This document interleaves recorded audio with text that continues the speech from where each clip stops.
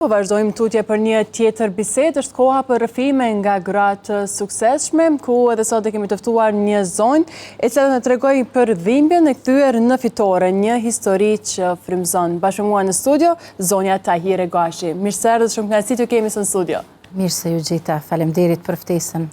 Si po ecin këto ditë për ty, si janë zakonisht fundjavat për zonjën Tahire? Fundjavat zakonisht janë fundjava që i kaloj me familjet, po nga njëherë edhe shëti, angazhimi rreth punëve të shtëpisë, pushimi nga puna, me thonë pushim, sepse në vikende për gratë dhe vajzat nuk është që ka pushim. Pra mbesin ato punët tjera. Po një ditë e zakonshme, një jave për zonjën Tahire tregua që angazhime, familja, punët tjera. Po zakonisht mëngjesin e nisi me fëmijët, ju përgatit mëngjesin, u përgatit me shku unë në punë, ata në shkollë, dhe kështu angazhimi i ditës deri në ora 5. Në ora 5 kthehemi në shtëpi. Para se të flasim dhe të shpalosim temi kështu linjën e jetës suaj, me disa fjalë, sa është e përmbushur zonja Tahire nga gjithë ato që ka rezervuar jeta për të? Po, me gjithat jeta shumë herë din me të përplasë dhe me të rëzu për toke, po me gjithat i ka edhe të mirat edhe sfidat edhe vështirësit. Unë kam pas ashtu një fat që të kem shumë sfida, dhimbje familjare, po me gjithat jam mundu me rujt forcen, edhe pse shumë herë jam rëzu me dhimbje, me mërzi, prape kam gjetë forcen, guzimin, muqu dhe me kanë ajo shtytsja, mbajtja familjes, përkrahja e fëmijëve, bashkëshortit, po dhe familjes time gjithsesi. Gjitha ato sfida humbje ju kanë bërë edhe më të fortë, apo jo? Vërtet, gjitha ato sfida, shumë herë kur i kujtoj sa janë të dhëmshme, sa janë edhe të mërzitshme të kthejnë kujtimet kohës, po me gjithat mu më kanë pregadit shumë për jetë dhe më kanë dhanë guxim me vazhdu jetën tutje, sepse jeta është diçka që nuk programuhet nga ne, është e programuar dhe jeta vazhdon për ata që mbesin. Krejt këto ndoshta sfida që i përmendët dhe do i shpalosim edhe së bashku gjatë bisedës, kanë qenë edhe një lloj shtylle apo force për juve edhe për me kontribu edhe jo në një mënyrë në shoqërinë civile, apo jo? Gjithsesi, gjitha ato sfida edhe dhimbjet familjes janë kanë një shtyllë që mu më kanë drejtu për me kontribu në shoqëni edhe në familje, gjithsesi po edhe në shoqëri civile, në vendin e punës ku ne kam. Do thot është një forcë që jeton mbrana teje dhe ti përmes punës e tregon ato. Plot 25 vite karrierë dhe kontribut në këtë pjesën për shoqërinë civile, për gratë, për të rinjt, të rejat, me çka ndoshta është marrë konkretisht për këto 25 vite zonja Tahire? 25 vite të punës time në organizat janë një background i mirë, sepse kemi qenë afër qytetarëve, afër grave, afër trive, shumë herë kemi edhe bashkëpunime me shërbys civil edhe me mediat, që për mu dhe për vetë organizatën kanë qenë një udhëtim i mirë, një përvojë mirë, sepse jemi kanë aty me kontribu dhe me ndihmu ku ka nevojë. Fokuset e projekteve tona ka ndru shpeshherë për shkak se puna e organizatës varet nga fondet dhe na duhemi me ju qas praktikave donatorve. Shumë herë ka ndru, për shkak që ka ndru edhe situata në Kosovë, do thotë smujme me thonë që kur është kanë fillimi, faza emergjente, si tash vazhdimsi, tash vitet fundit jemi fokusu ma shumë në fuqizim ekonomik grave dhe të vajzave, ndërtim kapaciteteve, trit dhe një program i veçantë që është në kuadër të organizatës është që bojmë trajtime profesionale, seanca psikologjike, rehabilitim social me fëmijët cilët kanë ngecje në zhvillim, ose janë me autizëm, ose me sindrom Down. Do thotë një ndër rolet kyçe ka qenë dhe fuqizimi ekonomik i grave. Nëse bëni një krahasim kur vetë filluat para 25 viteve me një mision me këtë organizatë, sa ka ndryshuar dhe sa është zhvilluar fuqizimi i grave ndër vite? Me bo një krahasim, me thosë se dikur rreth 70% është bo një ndryshim, sepse përmes granteve tona që ju kemi jep grave, do thot ato gra kanë arrit me kanë tashmë në treg, me kriju bizneset veta dhe me jetë smar, gjithsesi duke ju dhanë kurajo dhe vajzave të reja që të miren me biznes. Si ndoshta e keni hapur dyert për këto vajzat të reja, gra që kam pasur interesim të hapi një biznes, po kam pas nevojë edhe për një shtytje apo për një ndihmë të tillë. Në çfarë forme keni ndihmuar? Gjithsesi ne përmes projekteve tona ju kemi dhënë grante për mi hap startup-et, po ashtu edhe ju kemi mbajt trajnim, sepse me hap një biznes dush me ditë se biznesi atakohet edhe me ligjin, ka taksa, ka pengesa, ka sfida, kështu që është kanë ekipa e cila ju ka marrë trajnim se si duhet qëndroj një biznes në këmbë. E ne përmes granteve ju kemi dhënë startup-et vogla për me fillu, me marrë procesin. Do të është ka një lehtësim, sepse me fillu një biznes du të me pas të ardhra bukur të mira, e pjesa e organizatës ju ka ndihmu bukur shumë, sepse vlera granteve ka variu nga shumat e ndryshme, 1.500, 2.000, 3.000, varësisht prej idejës të biznesit, sepse ato kanë pas me shkru idejën e biznesit, se çka po dojnë më marrë, çka dojnë me kontribu, cila është gjatësia e biznesit, sepse dihet se ka sfida, në çdo sektor ka sfida. Në çfarë sektore kanë qenë më shumë të orientuara këto gra që veç se kanë pas idenë dhe dëshirën për me hapë një biznes të ri? Frizere, rroba qepse, edhe me pregadita mbëlsira. Zakonisht kanë qenë, e kove të fundit ka fillu mu zgjeru në agrokulturë. Me bo sera, me kryu, me kultivu perime, edhe me dalë në treg, qoftë me konzervime, qoftë edhe me perime të freska. Përfshien nga të gjitha rajonet e Kosovës këto gra? Veprimtaria janë është për gra është në rajonin e Pejës, ndërsa kur kemi me trit jemi në nivel nacional që bujmë trajnime për ndërtim kapacitete, po pse jo jemi të pregadit edhe udhëzuesin për me i përkra dhe trit me startupe. Do thot me nxit edhe trit me qenë pjesë e botës e biznesit. Sa janë të interesuar deri më sot të rinjt? Ka interesim, po ju duhen, ma shumë ju duhen për momentin me mbajt trajnime, me pasi që shkon biznesi, si zhvillohet ideja, pasi që ka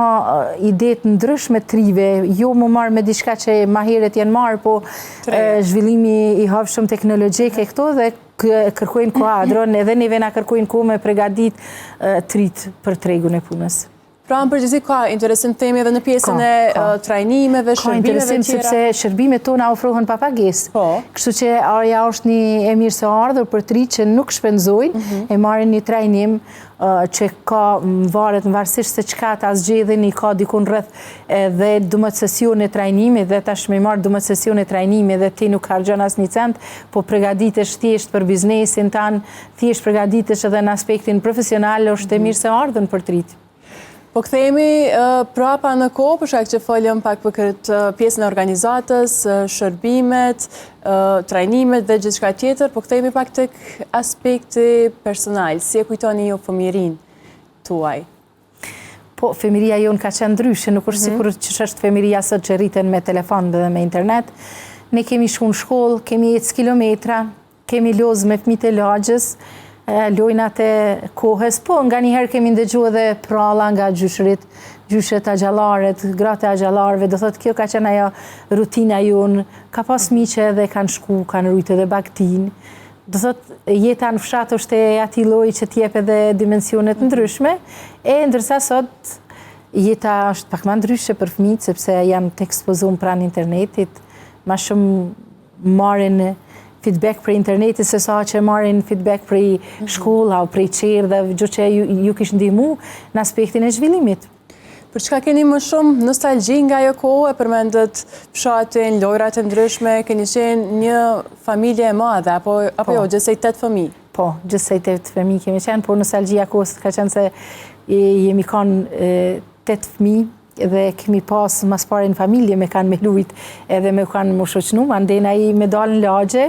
dhe nostalgjia kohës ka qenë sepse atëherë lidhshmëria me familjen edhe me shoqet e lagjës ka qenë më ndryshe, ndërsa sot është më ndryshe sepse mund me kanë një, dy, atëherë jemi kanë dikur rreth 30-40 që jemi mbledh, kemi dalë, kemi lujt edhe ajo pjesa e natyrës është aja që të ngret, ajo atë si me thonë atë jeshin, atë bukurinë se Celestin, do thëtë në fshat o jeta më ndryshe. Ju mungon ajo pjesë? Gjithsesi me mungon, sepse ne tash me angazhimet tona në përpun, po jemi ma shumë në përzyret mbyllta, na mungon se dhe në aspektin emocional, natyra është aja që t'jep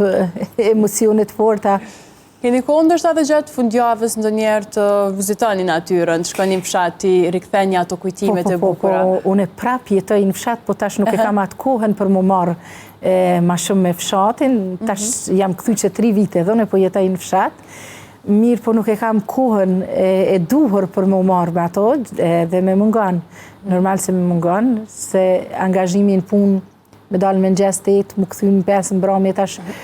nuk e gjen atë kohën për me dalë me shiju natyrën, aktivitetin, vikendet nga njëherë janë të ngarkume edhe për nese, ka njëherë që dhe udhëtojmë me trajnime, seminare jashtë vendit, kështu që ka njëherë në mbetet vetëm kujtime. Kur jemi tek kujtimet, e përmendet që gjitha ato lojrat, knajtësit kanë fillu në familje, për shkak që keni qenë gjithsej 8 fëmijë, motra, vëllezër. Fatkeqësisht jeni ballafaqu me humbjen e vëllaut. Po, unë në moshën 12 vjeçare e kam humbur vllaun, 21 vjeç. Me vonë kam humbur edhe prindin, babën, me vonë kam humbur nusën e vllaut, shumë e re, dhe para 6 vite kam pas edhe një aksident të bashkëshortit cili ka humbur këmbën e majt, edhe ka pak të vështirë, do thot me dalë, me qarkullu, sepse është me baterica, nuk mundet me kriju lëvizje si që kryojnë gjithë njerëzit, po ashtu në një kohë kam pasur edhe një angazhim me djalin, sepse ka qenë me autizëm, nuk komunikoj edhe u dashke trajtimi, shangazhimi edhe në punë, po me gjitha këto sfida që jenë kont natyrës, kanë arë prej natyre, jam mundu me i përbalu. Mirë po, sfida e fundit pas bashkëshortit ka qenë humbja vllaut madh, i cili për neve ka qenë prind, jo vetëm për neve familjen tonë, po edhe për rrethin edhe për shoqërinë, sepse me gjitha ato angazhime në fshat ai na ka shtyt përpara, me vazhdu shkollimin, me vazhdu jetën, pa qenë pengesa, duke ditur mentalitetin e kohës me jetu në fshat, dhe ajo për mu ka qenë një si me jetu pa ta, si me ju kthy jetës, do thot pas gjitha atyre humbjeve që ma shpresoja që nuk do të keja, se humbje që do të më pengonin në shpirt dhe më pengojnë ende çdo ditë që e filloj, do thot e kam mendjen të ata sikur t'jen, sepse lidhshmëria në familje tanë ka qenë asnjë lloj që mi kanë shumë të lidhur mes veti. Dhe unë ende çdo gjë që bëj edhe në fshat kur dal, sepse kohën e kam pak të limituar, kur dal me bu diçka në kopsht, e kam mendjen tek mësimet e tinaj. Do thot gjithçka që e nisi dhe mbaroj e kujtoj vllaun e madh mujen. Dhe për mosh shumë herë e dhemshme, sepse nuk du mi ju kriju të tjerve emocione, të cilat i lëndojnë dhe fshihem prej kolegëve, fshihem prej familjes edhe qaj, sepse të gjithë ata që kanë shku, përfshi edhe nanën, para 3 vite mungojnë, po me vllaun e madh nuk e ndroj askënd. Dhe kam peng çdo gjë që bëj, sepse edhe në punën time, ku shkoj të gjithë me thrasin motra e mujës, sepse ka punu dhe njohin, ka qenë njëri me vlerat larta njerëzore dhe është i papërsëritshëm, dhe mua ajo gjithmonë më mban. Do thot thirrja e shokëve, kolegëve, motra e mujës, kolegëve të vllavt për moshë edhe një shtytje dhe një forcë për me punu, po megjithatë brenda meje është ajo dhimbja që ai nuk jeton më në mesin tonë. Ngushëllimet Ronit i kujtoni gjithë këta të dashurit që i përmendet që vetë se i keni humbur, tregua që patyshim secila humbje ka pasur atë goditjen dhe dhimbjen e saj, po me vëllaun e madh keni pas një raport krejtësisht tjetër. Ka qenë gjithmonë ai personi që ju ka shty të punoni, të shkolloheni, për shkak që përmendet që në atë kohë jeta në fshat ka qenë krejtësisht ndryshe, ka qenë një pikë motivuese për juve? Po, gjithsesi ka qenë pikë motivuese dhe shtytëse, sepse unë kam humbur edhe babën një moshë 3 dhe për neve fëmijët vllau i madh ka qenë baba, sepse na ka përkran, na ka drejtu në shkollim, ka qenë edhe motivim, ndoshta që shumë herë na trit në atë kohë që bujmë si asgjë dhe na ka jap kuraj, po du të më kry ajo punë, me fillu tjetra, mu marrë edhe me lojen, pse jo me aktivitetin e lirë, edhe gjithsesi se mungon, sepse pjesa e punës dhe jetës time lidhet me një pjesë të madhe të shokëve dhe të kolegëve ti që unë isha çdo ditë. E filloj ditën dhe e mbaroj me ta dhe gjithmonë e kam atë fjalën e tynve që gjithmonë më thirrin jo në emrin, po motra e mujës. Treguaj që çdo të jetoni me këto dhimbje të humbjes më të dashurve tuaj, po edhe pjesën që shpeshherë e ndani vetëm me vetën këtë dhimbje, që mos ta shpërndani atë energji edhe tek familja. As tek familja, as tek shoqënia, sepse pjesa është emocionale, është e ndihshme, na peshohemi në kohën e sotit si po jetojmë, si po ndikojnë emocione, traumat e marrura gjatë procesit jetës, dhe kështu që s'du më ngarku askënd, dhe për mua është një farë lloj lehtësimi. E kam gjetë edhe veten edhe tek ajo pjesa që nuk mos të lëndoj askënd, edhe unë vetë ta kaloj atë pjesë pa më po askush, sepse nganjëherë kur çojmë jemi keq emocionalisht dhe ndikojmë të tjerët keq, po dhe të vetja, kështu që e gjej veten pa i lëndu të tjerët. Çka ju ka ndihmu juve më së shumti që të ngriheni pas këtyre dhimbjeve? Po pas këtyre dhimbjeve gjithmonë ka qenë vllai i madh ai që na ka drejtu për jetën mirë, po me humbjen e tinaj shumë kam rënë për toke. Me një kohë dhe kam thënë se ç'është dojna me jetu. Qështojna ma jetu pa to, sepse ishim su më i marrë këshillat, forcën, mbështetjen edhe financiare prej tinaj, dhe e kam pas shumë vështirë, po me një moment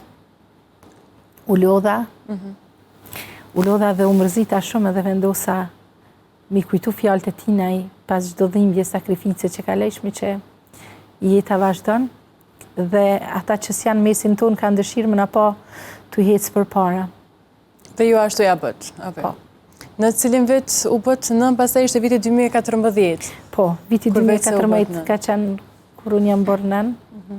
kam pru një jetë një djalë, dhe mas 2 vjetë që ka arë një jetë, ka fillu një çrregullim u paraqitaj mbi atë folnit, mos lutnja me fëmijë tjerë, mungesë socializimi me fëmijë tjerë, mandej filloi edhe me refuzu edhe ushqimin, dhe ne dërgojshmi, nuk është që se dërgojshmi të mjek, po s'kishmi ende një diagnozë. Dhe në momentin që kemi marrë diagnozën, u shkon një rast shumë i rëndë, vërtet, për këtë aty në sfida që akum kalu, po me gjithat për arsye që isha në punë dhe disha këtë pjesën e aspektit psikologjik, e cila më ka ndihmu shumë prej kolegeve, kur e mora lajmin vendosa, sepse kisha para vete 2 rrugë, po vendosa që vërtet luftoj, mos të krijoj ndaj problem shëndetësor për veten, bi ndaj depresion, po të bëhem thjesht një nënë shumë e zoja, një nënë luftarake që lufton për fëmijët e vet. Edhe i kam arrit me këshillën, me ndihmën e mjekeve, Mimoza Shahinit, doktoresha Adelina Berisha, Dije Marmullaku, e shumë tjera ju kërkoj falje nëse nuk i përmendi, po këto ato kanë qenë 3 shtytëset, ato 3 mbështetëset e mia që po Learti do të bëhet mirë dhe ti duhesh me vazhdu trajtimin e tij dhe duhesh me punu krahas trajtimit që e merrte profesionistët e fushës, duhet me punu edhe në shtëpi. Shumë me fëmijën edhe po ashtu bëra, dhe në moshën 7 vjeçare Learti më thiri për herë të parë mam, dhe për mua është ai moment që shumë herë edhe më jep shtytje me vazhdu jetën. Është ai moment që e kujtoj gjithmonë ku jam kanë edhe ku erdha ajo pjesë, dhe unë po duna me vazhdu, duna me besu, proceset e natyrës, ligjet e natyrës janë këto që ne nuk i kemi në dorë, po trajtimin, ecjen përpara, shtytjen, ndihmën e fëmijës, duhemi me bu. Treguaj që në moshën 2 vjeçare veç se filluan këto shenjat e para. Kishin themi njohuri, ishte vështirë derisa marrët një diagnozë të saktë? Përbes nuk kemi pas ndaj njohuri, dhe shumë na shqetësonte sepse ishte pas disa vite fëmia dhe që e prisnim, edhe nuk është që ajo pjesa që askush nuk e pret, një smundje apo një problem, për neve ka qenë shumë shqetësuese, sepse ne nuk dishim, shkojshim të secili mjek, po normal edhe ata na udhëzojshin derisa shkum në Tiranë, dhe atje morëm diagnozën e djalit, po shkon momenti shumë i vështirë, kujtoj edhe sot, ai objekt më duket se ishte krejt mbi kokën time, po ajo forca mos më dorëzu për fëmijën. Me bo maksimumin si prind, mandej është edhe pjesa e natyrës e Zotit që nështë nuk e hupat vullnetin, mundin e prindit, se cilet prind. Ju zgjatët rrugën si një nën e fortë që punuat shumë me djalin, qysh nga ajo moshë? Kemi punu bashkë me bashkëshortin, sepse kemi qenë të dytë në punë, po kemi gjetë atë pjesën që përveç trajtimit me lartin duhemi mu marrë intenzivisht edhe na dhe po kemi punu dhe i kemi rezultatet. Normal, sot shkon në klasën e 6, e ka anglishten, historin, matematikën si ma për zemër, është i qetë, nuk e ngacmon asken, po nëse e ngacmojnë të tjeret, mandej pak i hupa i motivi, po me gjithat inkurajoj të gjithë prind që mos dorëzohen, të vazhdojnë trajtimin, të punojnë me fëmijët dhe rezultatet zbesoj që mëngojnë tani. Tregua që në të njëjtën kohë edhe keni punuar edhe ju edhe bashkëshorti, edhe jeni marrë intensivisht edhe me trajtimet e djalit në atë kohë. Ka qenë vështirë për ju? Djali ka frekuentu qerdhen, edhe dyku mbas dite kemi udhëtu, sepse trajtimet atë kohë jem ka vetëm Prishtinë. Qendrat vogla, organizatat vogla në Prishtinë ose në Pej, nuk është që ka pas dikun tjetër që jenë marrë, sepse dojnë kuadro profesionale më marrë me trajtimin e fëmijëve, dhe ne kemi ardhur po në Prishtinë, vikendeve kemi punu shumë, kemi lanë gjithçka për me punu me lartin, me qitë natyrë, me fol, me to se u dash me fol shumë. Shumë edhe pse nuk merrshmi këthim të fjalëve nga larti, po na vazhdojshmi do thotë se këshillat ishin asiloj që na duhemi me punu me lartin shumë edhe kemi punu shumë. Të dytë kemi punu shumë. Një moment që gjithmonë ju mban të fortë e përmendet që është hera e parë kur djali juaj ju thirrë në moshën 7 vjeçare. Na përshkruani pak atë moment, po besoj që gjithmonë e keni të freskët kështu para syve. Gjithmonë e kam të freskët edhe gjithmonë kur shoh dhe mendoj diçka, gjithmonë e kam lartin që ku ka qenë edhe ku erdhi, më thirrri dhe për mua ishte bota dhe ai moment është udhërrëfimi për jetën, për punën, për çdo gjë që e bëjnë shoqëni dhe në familje. Përmendet edhe pjesën e shkollës, tani Larti është në klasë të 6. I ka ato lëndet e tij të preferuara, po ka qenë vështirë kjo pjesa e socializimit, për shkak që përmendet që në atë kohë keni vrejt mungesën e socializimit. Në fillim ka qenë shumë e vështirë socializimi sepse nuk i ka dashur fëmijë tjerë, po Larti ka pas fatin ka pas asistente. Dhe ka vazhdu punën edhe me asistente në shkollë, po ashtu edhe jashtë shkollë ka marrë edhe seanca, gjë që i ka ndihmu, dhe me një mosh, do thotë në klasën e 4, kur ka arrit Larti, socializimi tani me ka qenë nivel. Tashmë i dojnë shumë shokët, edhe për to është e pandashme ajo pjesa shkollës, e gjenë veten edhe aty, sepse tashmë e ka arrit, socializimin ka arrit atë që normal duhet të ketë një fëmijë me tipik zhvillim. Jeni përballë me paragjykime në atë kohë, kur ishte edhe më i vogël? Ka pas paragjykime edhe në kohën më të vogël, edhe në shkollë, po realisht s'e marr. Thjesht për mua ka qenë prej këshillimeve, prej doktoreshave ka qenë dhe është primar gjithmonë fëmia im, pavarësisht çka të tjerët mendojnë dhe flasin, sepse nuk i gjykoj unë, sepse nuk kanë njohuri për botën e autizmit, as për botën e sindromit Down, as edhe çrregullime tjera neurobiologjike që janë, dhe nuk e gjykoj askënd, sepse janë institucionet ato që duhen me punu me popullatën, duhen me ofru shërbime qoftë përmes qendrave mjekësisë familjare, qoftë edhe me organizatat e cilat i ofrojnë këto shërbime. Do thotë nuk i paragjykoj njerëz pse kanë paragjykuar, sepse nuk e kanë njoft botën e autizmit. As sot shumica e njerëzve nuk e njohin, sepse bota e autizmit është një botë shumë e veçantë, ata dinë me dhuru shumë dashuri. Po të njëjtën kohë dojnë edhe me marrë dashuri dhe janë të sinqertë, nuk e njohin. Bota e autizmit nuk e njohin asnjëherë. Se të në ato aktivitete që Larti ka më përqefi, përmendet dhe disa prej lëndëve? Po, e donë histori, matematikën, gjuhën angleze, gjithsesi Larti është i angazhuar dhe shkon lunë futboll, e donë edhe atë pjesë, edhe pse nuk është që lunë mirë, po e donë edhe unë e inkurajoj. Për momentin e ka atë hobi, ndoshta gjatë rrugtimit ndran hobi. E përmendet edhe pjesën e paragjykimeve, ka ndodhur ndonjëherë që kanë ardhur këto komente paragjykime edhe nga persona që kanë qenë vetë prindër ose persona që kanë nda klasën, shkollën e njëjtë me Lartin? Realisht, unë paragjykimet e prindëve dhe fëmijëve nuk është që jam dalë dhe më kanë shqetësuar shumë, më shumë më kanë shqetësuar dhe më shqetësojnë paragjykimet nga institucionet që vinë, sepse institucionet janë ata që duhen me kriju politika, duhen me kriju kurrikula për me mbështet fëmijët e kësaj natyre, kështu që për i prindëve prapë po tham paragjykimet nuk më ofendojnë, sepse kuptoj që nuk e njohin botën e autizmit, nuk e njohin se si duhemi mu sill me një fëmijë si duhemi me qenë rreth shoqënori tinaj, sepse ata din me dhënë dashni dhe din me marrë dashni. Kështu që për mua ajo pjesë edhe pse shumë herë kam pa pri prindve, jo pri fëmijëve, realisht fëmijët e kanë ndeshë artin shumë, sepse edhe mësuesit janë ato që kanë inkuraju, edhe mësuesit janë ato që ndihmojnë shumë procesin e fëmijëve në shkollë, do thotë nuk duhemi me humba të mend atë pjesë edhe të mësimdhënësve, mirë, po janë dikaster tjerë matnal që duhen me kriju politika me të mirëfillta, me përkra, me kriju hapësira rekreative, sepse këta dojnë edhe aktivitet jashtë mësimit shkollor.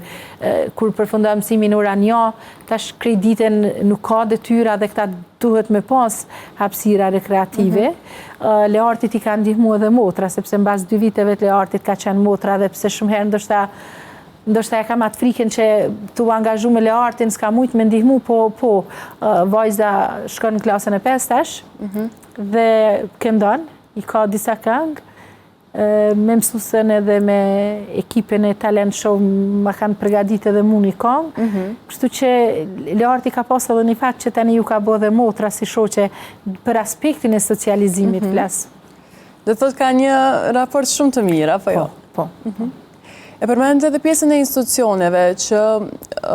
ka ndodhur ndonjëherë që nuk keni gjetë themi derën e hapur në një rast caktuar? Po, normal, DKA-ja aty në klinë me një kohë ka hek asistent dhe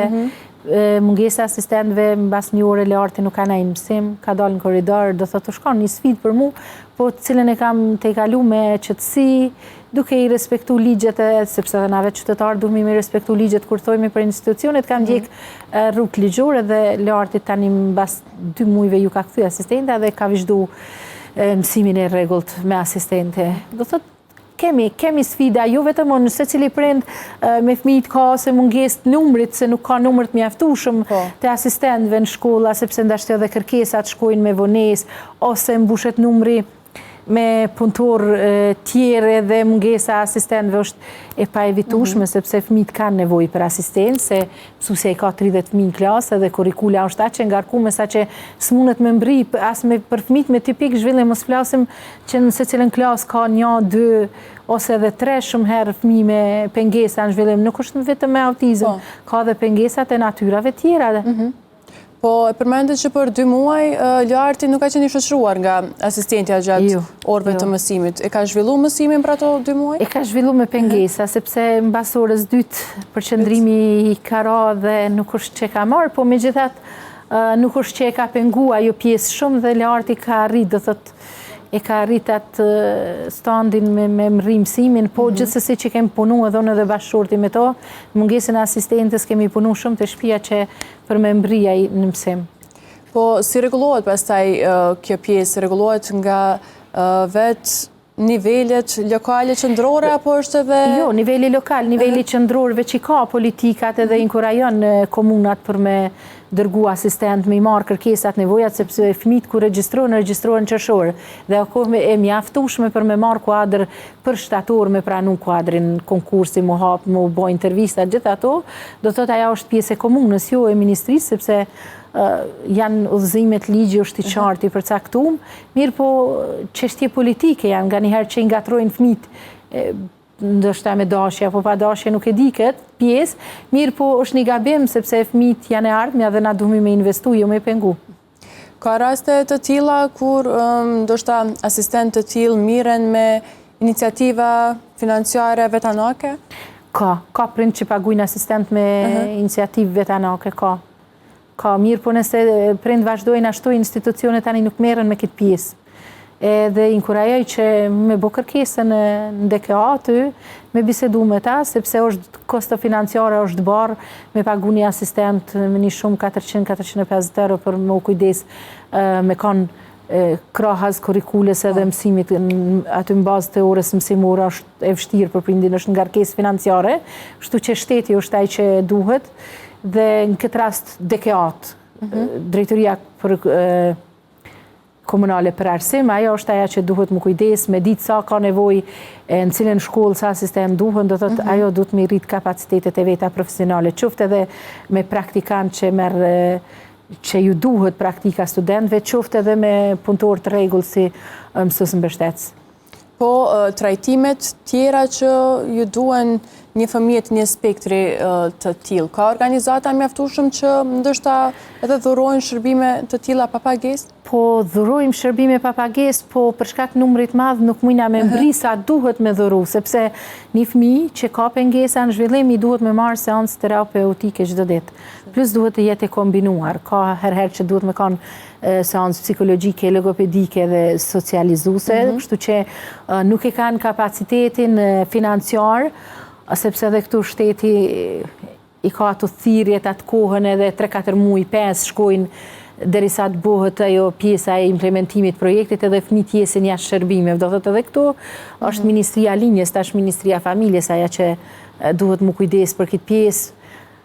me pa cilat organizata punojnë edhe me financu gjatë gjithë vitit, jo mund ndërprej shërbimet sepse për fëmijët është keq. Ndërpreja shërbimit shumë fëmijë mundet me i kthyn pikën zero, se mandej unë